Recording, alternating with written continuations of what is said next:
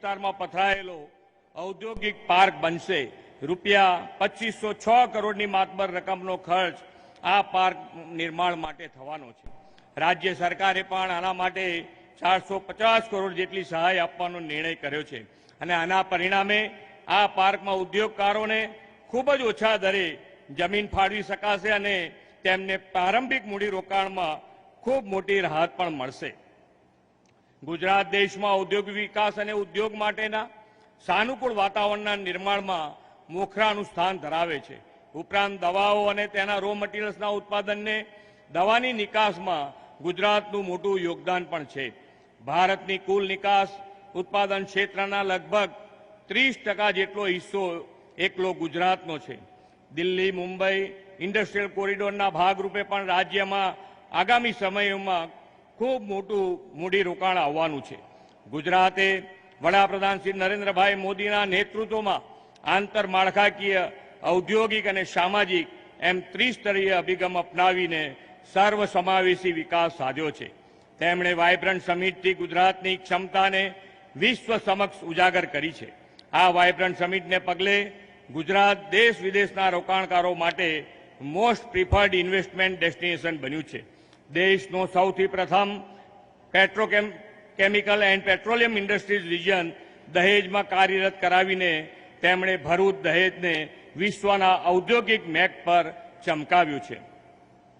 ઔદ્યોગિક વિસ્તારમાં વપરાતું પાણી ડીપ સી ડિસ્ચાર્જ થાય અને પર્યાવરણની જાળવણી થાય તેની વિશેષ કાળજી તેમણે લીધી છે। આજે વડાપ્રધાનશ્રી આવા જ ₹1,558 કરોડના ડીપ સી પાઇપલાઇન પ્રોજેક્ટનું ખાતમુહૂર્ત કરવાના છે। ભરૂચ અંકલેશ્વર દહેજ આ બધા ઔદ્યોગિક ક્લસ્ટરને એર કનેક્ટિવિટી ઉપલબ્ધ થાય તે માટે અંકલેશ્વરમાં ₹100 કરોડના ખર્ચે નિર્માણ થનારું એરપોર્ટ ફર્સ્ટ ફેઝનું પણ ખાતમુહૂર્ત થવાનું છે।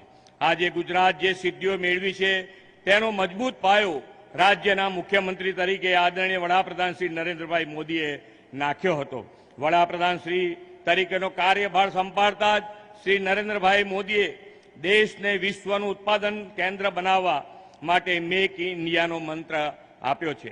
હાલમાં જ રાજ્ય સરકારે પણ આદરણીય વડાપ્રધાનશ્રીના દર્શાવેલા માર્ગે ચાલીને આત્મનિર્ભર Gujarat scheme for assistant to industries જાહેર કરી છે। આ સ્કીમ ઉદ્યોગોને વૈશ્વિક હરીફાઈ માટે સક્ષમ બનાવશે અને ગુજરાતને મેન્યુફેક્ચરિંગ હબ બનાવવામાં વધુ પ્રોત્સાહન આપશે। આ સ્કીમનો વ્યાપક લાભ એમએસએમઈ લાર્જ અને મેગા પ્રોજેક્ટ્સને મળશે અને ₹12.50 લાખ કરોડના રોકાણ પણ આવશે। સાથે સાથે 15 લાખ લોકોને રોજગારી પણ મળશે। આજે રાજ્યના આદિજાતિ વિસ્તારમાં પણ ઔદ્યોગિક ક્રાંતિની નવી ચેતના પ્રગટાવવાનો અવસર છે। 4 ટ્રાઇબલ ઇન્ડસ્ટ્રીયલ પાર્કનું ભૂમિપૂજન વડાપ્રધાનશ્રી કરશે।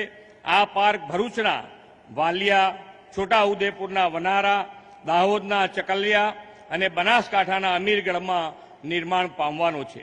₹128 કરોડના ખર્ચે નિર્માણ થનાર આ પાર્કથી વનબંધુઓના વિકાસની ભાવના સાકાર કરી વનવાસીઓને મુખ્ય ધારામાં લાવવાની નેમ સાકાર થશે। સાથે સાથે વધુ આદિવાસી યુવાનોને રોજગાર તેમજ સ્કિલ ડેવલપમેન્ટના અવસરો મળશે અને આદિવાસી વિસ્તારમાં સામાજિક અને આર્થિક પરિવર્તન પણ આવશે।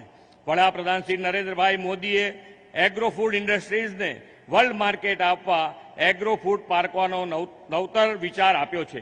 આજે તેઓ બનાસકાંઠાના મુઢેઠામાં ₹70 કરોડના ખર્ચે નિર્માણ થનાર એગ્રો ફ્રૂટ પાર્કનું ભૂમિપૂજન કરવાના છે। ગુજરાતના 1600 કિલોમીટર લાંબા દરિયા કિનારે મળતી મત્સ્ય ખાદ્ય સામગ્રીને પ્રોસેસ તથા વેલ્યુ એડિશન દ્વારા નિકાસ માટે મેગા સી ફૂડ પાર્કથી રાજ્યની બ્લુ ઇકોનોમીને પણ વેગ મળશે। વડાપ્રધાન શ્રી આજે વલસાડ જિલ્લામાં ₹90 કરોડના ખર્ચે બનનાર આવા સી ફૂડ પાર્કનું પણ ભૂમિપૂજન કરવાના છે। આદરણીય વડાપ્રધાનશ્રીના માર્ગદર્શન હેઠળ આપણો દેશ અમૃતકાળમાં પ્રવેશ્યો છે। આ અમૃતકાળને દેશનો સુવર્ણકાળ બનાવવાની આદરણીય વડાપ્રધાનશ્રીની નેમ છે। તે માટે આપણે આત્મનિર્ભરતાનો તેમણે મંત્ર આપ્યો છે। ગુજરાતમાં ઔદ્યોગિક વિકાસ અને ઇન્ડસ્ટ્રીયલ ફેસિલિટીઝના નિર્માણથી આપણે આત્મનિર્ભર ગુજરાત થકી આત્મનિર્ભર ભારતનો સંકલ્પ સાકાર કરીશું। વડાપ્રધાનશ્રીના પ્રેરક માર્ગદર્શનથી ગુજરાતના સર્વાંગી વિકાસના ઇતિહાસમાં આજનો દિવસ સુવર્ણ અક્ષરે લખાશે એવા વિશ્વાસ સાથે વિરમું છું. ભારત માતા કી જય. વંદે માતરમ. જય જય ગરવી ગુજરાત.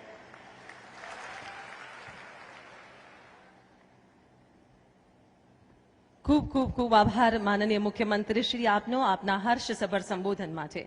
और अब इस अवसर का मुख्य उद्देश्य गुजरात के औद्योगिक क्षेत्र की ये गतिमय प्रगति जो कि आत्मनिर्भर गुजरात से बढ़ेगी आत्मनिर्भर भारत तक, जिसमें आज जीआईडीसी, जीएसीएल, यूडीडी एवं आरएनबी के रुपए 8,200 करोड़ से भी ज्यादा के विकासशील आयोजनों के लोकार्पण एवं भूमि पूजन डिजिटली करवाने के लिए सरदर निवेदन करते हैं राष्ट्र विकास के विजनरी माननीय प्रधानमंत्री श्री नरेंद्र मोदी जी से।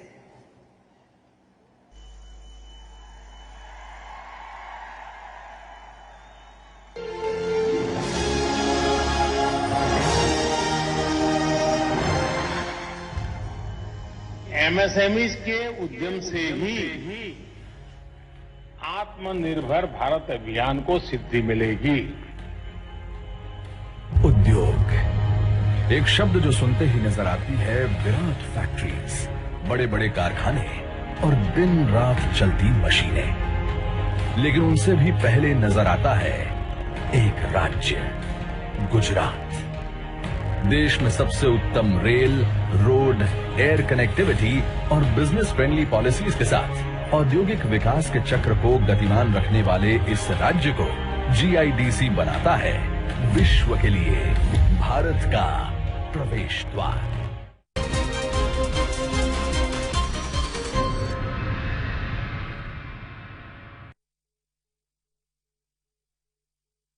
प्रकृति की गोद में बसते हमारे आदिवासी भाइयों बहनों के लिए औद्योगिक क्षेत्र में खुलेंगे प्रगति के द्वार, रोजगार के अवसर बढ़ेंगे और बढ़ेगी इस विस्तार की उन्नति।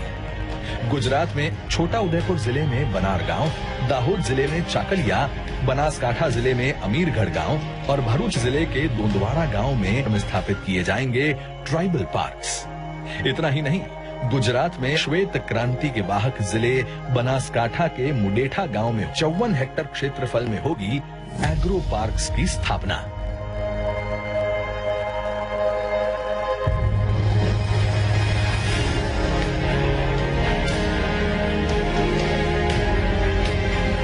आज गुजरात का 1600 किलोमीटर समुद्र तट बना है मत्स्य उद्योग और औद्योगिक विकास की जीवन रेखा।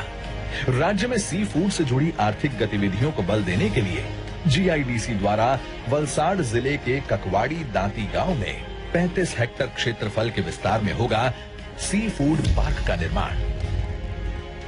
साथ ही में जीएसीएल यानी कि गुजरात एल्कलाइज एंड केमिकल्स लिमिटेड द्वारा आत्मनिर्भर भारत की ओर बढ़े हैं कदम।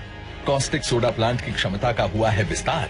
550 करोड़ रुपयों की लागत से 1.73 लाख मेट्रिक टन तक क्षमता का विस्तार। 850 करोड़ रुपयों की लागत से 1.05 लाख मेट्रिक टन क्षमता वाले क्लोरोमीथेन्स प्लांट का लोकार्पण तथा 405 करोड़ रुपयों की लागत से 10,000 मेट्रिक टन क्षमता वाले हाइड्रोजीन हाइड्रेट प्लांट का हुआ है निर्माण।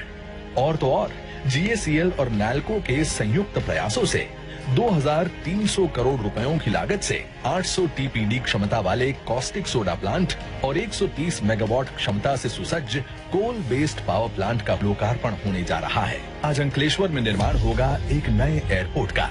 2,135 मीटर का ये रनवे लाएगा अंकलेश्वर के लिए एक नई उड़ान। साथ ही में दहेज से लेकर कोयली तक 106 किलोमीटर लंबी पाइपलाइन का इंडियन ऑयल कॉरपोरेशन द्वारा लोकार्पण होने जा रहा है। भरूच भूगर्भ ड्रेनेज और एसटीपी का 117.53 करोड़ रुपयों की लागत से हो रहा है लोकार्पण। साथ ही में उमला असा पनेठा रोड का भी हो रहा है लोकार्पण। कुल मिलाकर 8,200 करोड़ रुपयों की भागीरथी राशि से होने वाले इन विकास कार्यों का आज माननीय प्रधानमंत्री श्री नरेंद्र भाई मोदी के कर कमलों से खातमुहूर्त और लोकार्पण होने जा रहा है। माननीय प्रधानमंत्री श्री नरेंद्र मोदी जी के मार्गदर्शन और माननीय मुख्यमंत्री श्री भूपेंद्र भाई पटेल के नेतृत्व में डबल इंजन की सरकार औद्योगिक विकास की कर्णधार। ये थी हमारे आत्मनिर्भर गुजरात की एक झलक। और अब माननीय प्रधानमंत्री महोदय को हम सब इन्हें सूचित करना चाहते हैं कि महोदय आज इस शामियाने में उपस्थित 25,000 से भी ज्यादा लोगों को एक साथ ही प्रधानमंत्री आयुष्मान कार्ड दिए जा रहे हैं, जिससे आपकी प्रेरणा से जन जन तक पहुंचेगी आरोग्य की निःशुल्क एवं इसी तरह से make in India, digital India एवं आत्मनिर्भर भारत जैसे अनूठे आयामों से हमारे देश को विश्व के फलक पर नए भारत के रूप में प्रस्थापित करवाने वाले हमारे माननीय यशस्वी प्रधानमंत्री श्री नरेंद्र मोदी जी, आइए तालियों के गर्जन के साथ उन्हें आमंत्रित करते हैं उनके मंगलमय उद्बोधन के लिए।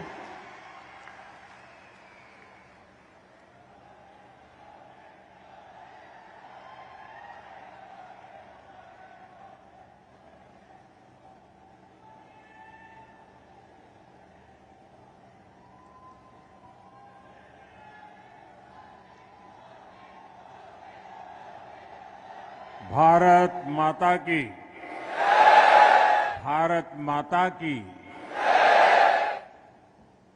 मंच पर विराजमान गुजरात के मृदु एवं मक्कम हमारे लोकप्रिय मुख्यमंत्री श्रीमान भूपेंद्र भाई पटेल 2019 के चुनाव में देश में सबसे अधिक वोटों से जीतने वाले और एक नया रिकॉर्ड प्रस्थापित करने वाले संसद के मेरे साथी सीआर पाटिल, केंद्र में मंत्रिपरिषद के मेरे साथी और गुजरात के ही संतान श्री मनसुख भाई मांडविया, मंच पर विराजमान गुजरात सरकार के सभी मंत्री महोदय, सांसदगण, विधायकगण और विशाल संख्या में मुझे आशीर्वाद देने के लिए आए हुए मेरे प्यारे भाइयों और बहनों,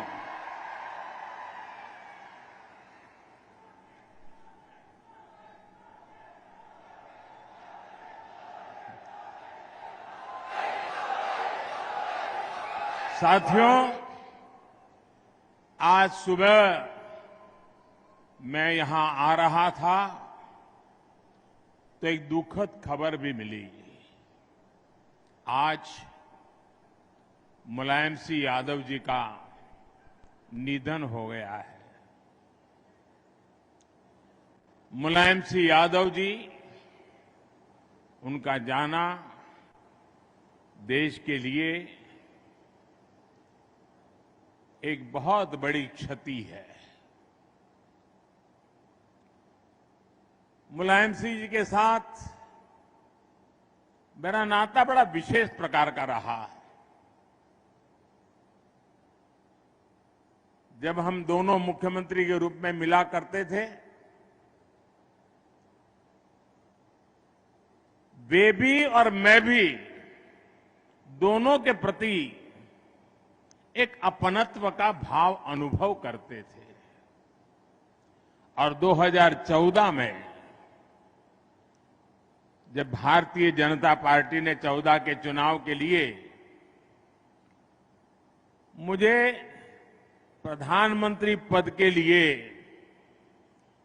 आशीर्वाद दिए, तो मैंने विपक्ष में भी जो लोग थे जिनसे मेरा पहले से परिचय था, ऐसे कुछ महानुभावों को जो देश के वरिष्ठ राजनेता थे, राजनीतिक रूप से हमारे विरोधी थे, लेकिन उन सबको फोन करके आशीर्वाद लेने का मैंने एक उपक्रम किया था। और मुझे याद है उस दिन मुलायम सिंह जी का वो आशीर्वाद, कुछ सलाह के 2 शब्द, वो आज भी मेरी अमानत है। और मुलायम सिंह जी की विशेषता रही कि 2013 में मुझे उन्होंने जो आशीर्वाद दिया था उसमें कभी भी उतार चढ़ाव नहीं आने दिया। घोर राजनीतिक विरोधी बातें के बीच भी जब 2019 में पार्लियामेंट का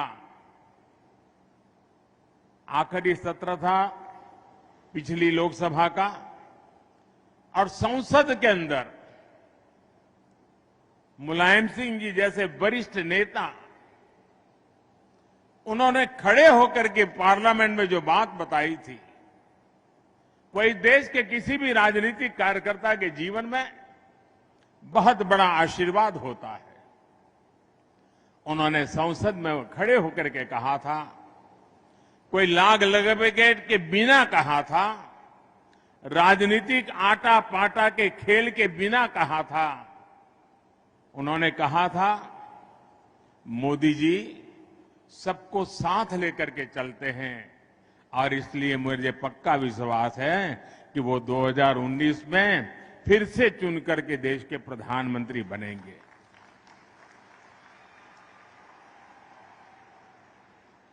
कितना बड़ा दिल होगा जो मुझे जब तक जीवित रहे, जब भी मौका मिला, उनके आशीर्वाद मिलते रहे। मैं आज आदरणीय मुलायम सिंह जी को गुजरात की इस धरती से, मां नर्मदा के तट से उनको आदरपूर्वक भावभीनी श्रद्धांजलि देता हूं। मैं ईश्वर से प्रार्थना करता हूं कि उनके परिवार, उनके समर्थकों को ये दुख सहने की शक्ति दे।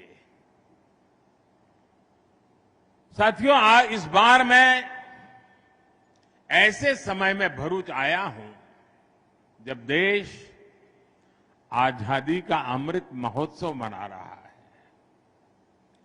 जब भी हम भारत के इतिहास को पढ़ते हैं और भविष्य की बात करते हैं तो भरूच की चर्चा हमेशा गर्व के साथ होती है।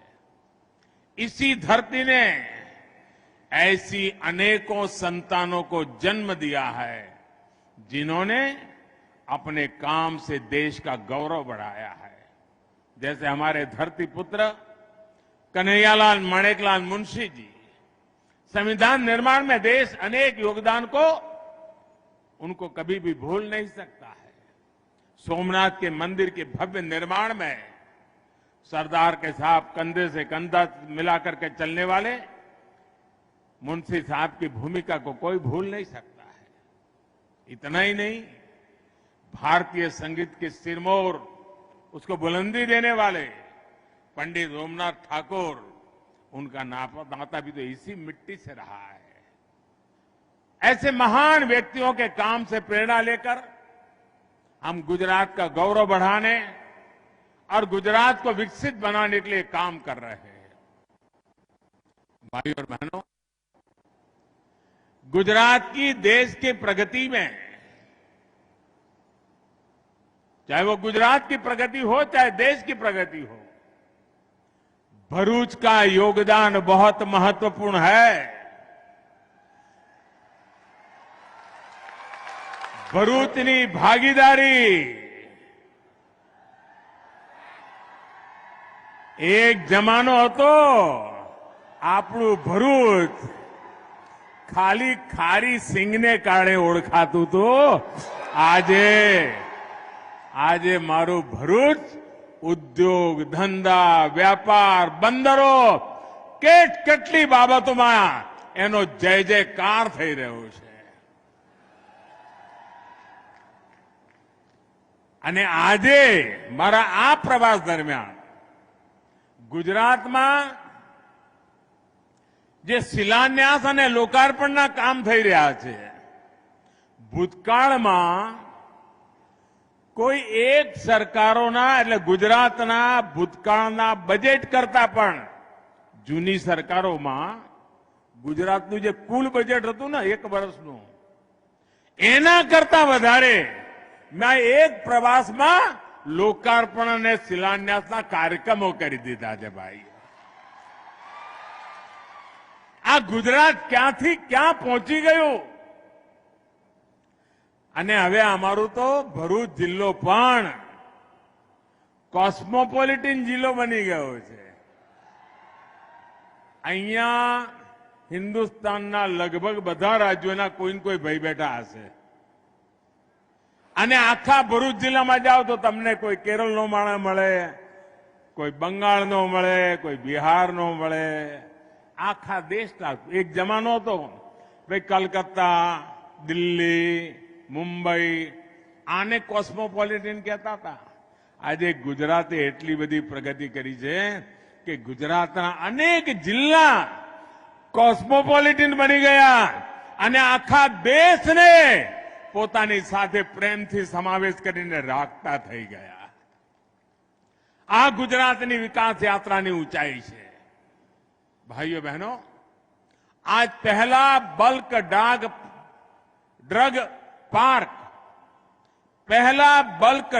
पार्क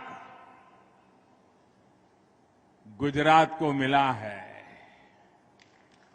और वो भी मेरे भरूच को मिला है. केमिकल सेक्टर से जुड़े अनेक प्लांट्स का भी लोकार्पण हुआ है. इसी के साथ साथ कनेक्टिविटी से जुड़े 2 बड़े प्रोजेक्ट्स अंकलेश्वर राजपीपला और statue of unity Ekta Nagar को जोड़ने वाली सड़क और सबसे बड़ी बात कितने सालों से बात हो रही थी. जब मैं मुख्यमंत्री था तब भी होती थी और यहां से बड़े बड़े नेता दिल्ली में बैठे थे तब भी होती थी, लेकिन कोई हमारी बात सुनता नहीं था. जिस प्रकार से भरूच जिले का औद्योगिक विकास हो रहा था, अब भरूच बड़ौदा या सूरत के एयरपोर्ट पर निर्भर नहीं रह सकता. भरूच का अपना एयरपोर्ट होना चाहिए और इसलिए अंकलेश्वर में नया एयरपोर्ट बनाने का आज शिलान्यास हो रहा है. साथियों, उद्योगों के हिसाब से देखें तो भरूच ऐसा जिला है जहां देश के कई छोटे राज्यों की तुलना में ज्यादा उद्योग है.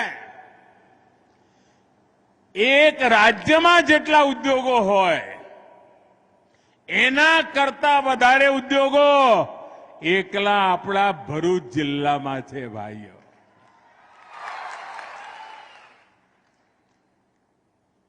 અને આ એક જિલ્લાના ઉદ્યોગો જેટલી માત્રામાં રોજગાર આપી રહ્યા છે એ પણ अपने आप एक मोटो रिकॉर्ड छे भाइयों, रिकॉर्ड. देश विदेश से इतना व्यापार कारोबार होने के बाद अब जब एयरपोर्ट मिल रहा है तो विकास को एक नई गति, नई उड़ान मिलने वाली है. और जब नरेंद्र भूपेंद्र की डबल इंजन की सरकार होती है ना, तो एयरपोर्ट का काम भी बहुत तेजी से पूरा हो जाएगा.